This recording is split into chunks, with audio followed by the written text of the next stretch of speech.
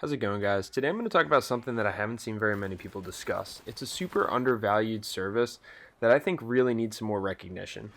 The service I'm going to talk about today is called the Better Business Bureau, and I'm going to tell some stories about how it's helped me through three different occasions where it's actually gotten me full refunds or made it so that I didn't have to pay for something.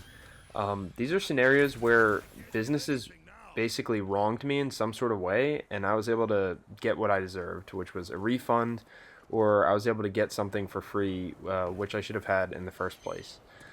So, without further ado, let's just get right into it. So, I think a lot of people think that the Better Business Bureau is pointless or that maybe it's just a review site, and this is if you even know about what it is. But basically, when you can't reach a solution with the business, then it's one of the few consumer tools that you really need to take a look at. Personally, I've used it three different times, and I've gotten real results. So my first experience was with T-Mobile. I'm sure many of you know of that company. They recently have started a Wi-Fi service, essentially for wireless home Wi-Fi, and used it for a year in college. Wasn't super impressed with the service at all, but essentially, when all was said and done, we were all moving out, and essentially, I went home and the router was still there. So my roommate was supposed to bring it back to T-Mobile. Well, lo and behold, the router was lost or destroyed, through the shipping process, and it was pretty much just forgotten about until about 3 months later. My debit card was randomly charged for $200, and I was really confused by this, obviously, because I stopped the service and I thought that the router was returned, but it wasn't. It was a whole fiasco. So essentially, I wrote a Better Business Bureau report, which stated, as I've talked to their support multiple times, that the router's not in our possession, it was lost or destroyed, and we have no financial gain out of getting this router that you're charging me $200 for. It's not like I took your property; it's gone. The property's essentially destroyed, and of course, they'd be able to see by the serial number and whatnot if it was still in service, but clearly it wasn't. So I filed my Better Business Bureau complaint. I laid out what happened. I attached receipts, dates, and within days I got a call from the support team. They reversed the charge, full refund, case closed, no issues. So that was one scenario where it worked out really, really well for me. So now a second situation that I encountered was with some pest control being signed up for at my house. I didn't sign up for the service, and they were essentially coming out, and I thought that it was something that my HOA was providing, but that was not even true. So eventually, after a while, I started getting all these bills in a name that wasn't even mine, and I really had no idea what to do. So eventually, I also got a notice from a collections company, basically saying that my debt was going into collections and everything, and they were going to charge it against me because I was the registered owner of the property. So I filed a Better Business Bureau complaint again. Within 2 days, the pest control company got back to me, and after verifying that I did not sign up for the service, not only did they cancel the service, but they refunded me the total amount that I was billed. So basically, despite everything that happened, just by talking to them, I was able to get it reversed. So that was amazing. Now here's scenario number three. Scenario number three, I'm really going to talk about and touch on because this was a really weird one. Basically, what happened was I bought a sound bar off Facebook Marketplace, a used sound bar, and it was a Bose.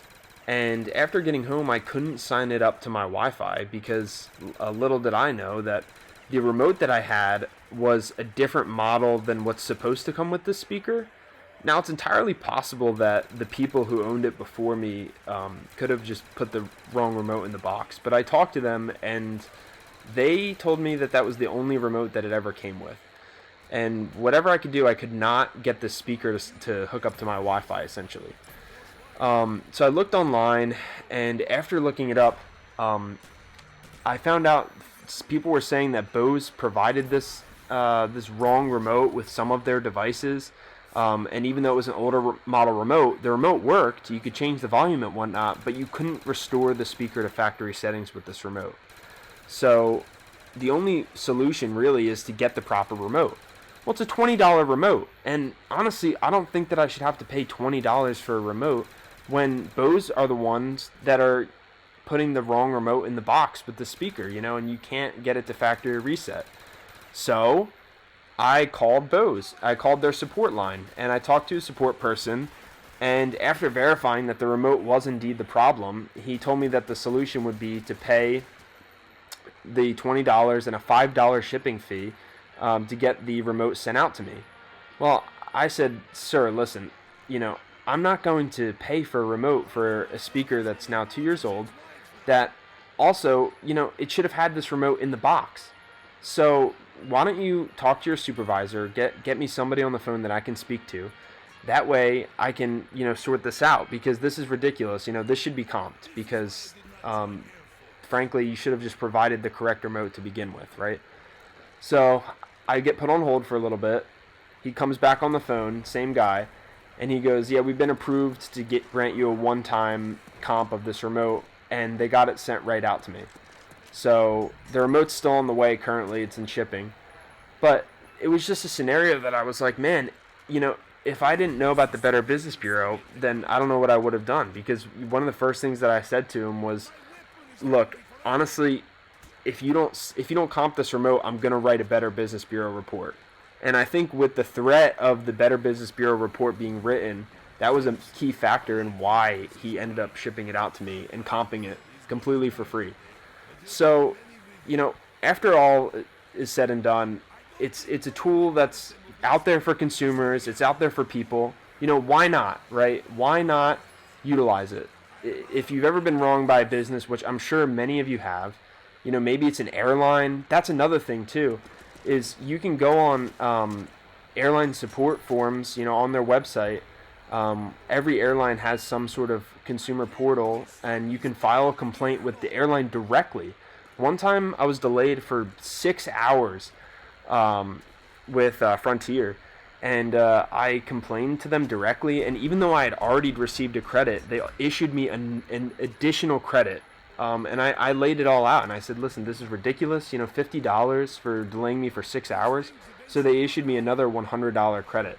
So it really pays to reach out to these businesses that have wronged you. And the Better Business Bureau is a tool to do that, especially if the business doesn't have a great portal or helpline set up, like some of the other businesses that I've mentioned, if you can't really get in touch with them directly.